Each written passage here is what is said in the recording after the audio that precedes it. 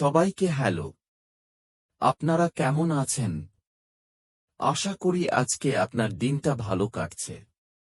আর যারা পুরো সপ্তাহ কাজ করেন তাদের জন্য আগাম শুভেচ্ছা। সপ্তাহান্ত আসছে। জেন আর আমি এই সপ্তাহান্তেও কাজ করছি। আমি দুদিন কাজ করব, জেন একদিন। মানে আমাদের কোনো ছুটি নেই।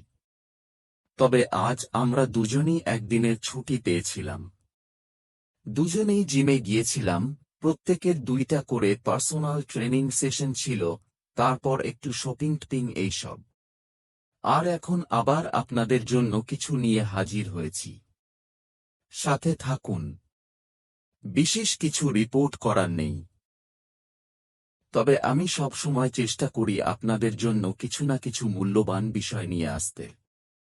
আজকের বিষয়টা হচ্ছে ব্যবসায় ক্রমাগত পরিবর্তন ও উন্নতির গুরুত্ব।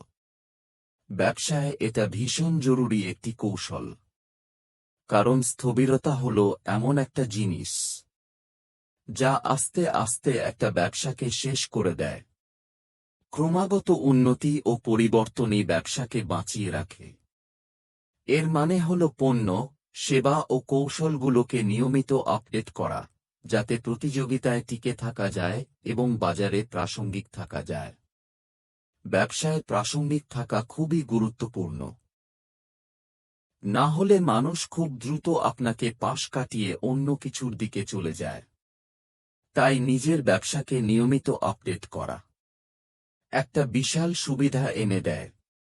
একটা সফল পরিবর্তনের জন্য দরকার নতুন আইডিয়া গ্রহণ করা, নতুন প্রযুক্তি ব্যবহার করা, কোম্পানির ভেতরে দ্রুত সাড়া দেওয়ার মতো সংস্কৃতি তৈরি করা এবং গ্রাহকের চাহিদা অনুযায়ী নিজেকে উন্নত করা।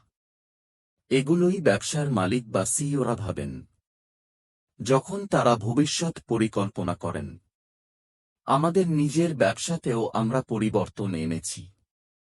আমরা আগের মতো নেই। আমরা যেটা হতে যাচ্ছি সেই পথে এগোচ্ছি।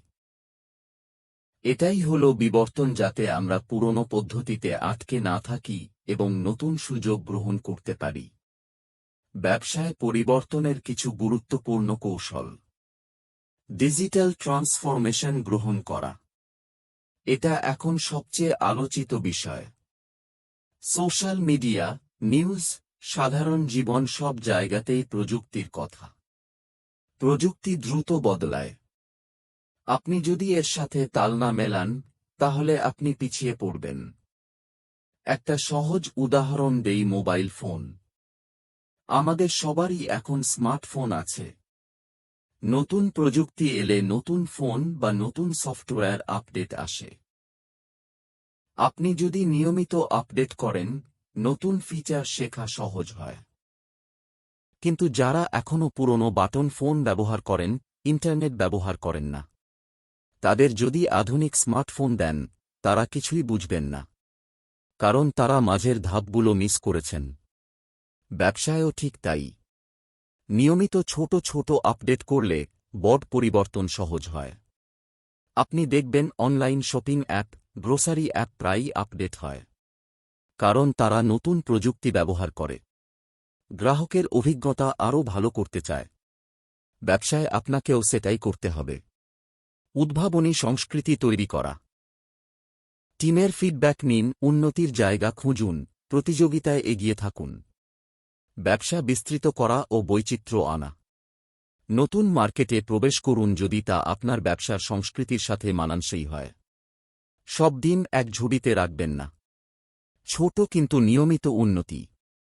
বড় পরিবর্তনের চেয়ে নিয়মিত ছোট আপডেট অনেক বেশি কার্যকর। ওয়েবসাইট আপডেট, মার্কেটিং উন্নতি এগুলো ধারাবাহিক হলে ভালো ফল দেয়। ড্রিপ মার্কেটিং হঠাৎ বড় প্রচারণার চেয়ে বেশি কাজ করে। বড় কোম্পানিগুলো যদি এটা না করত, তাহলে তারা করত না। কারণ এটা কাজ করে। নমনীয় হওয়া।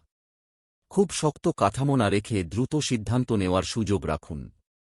কেন পরিবর্তন জরুরি?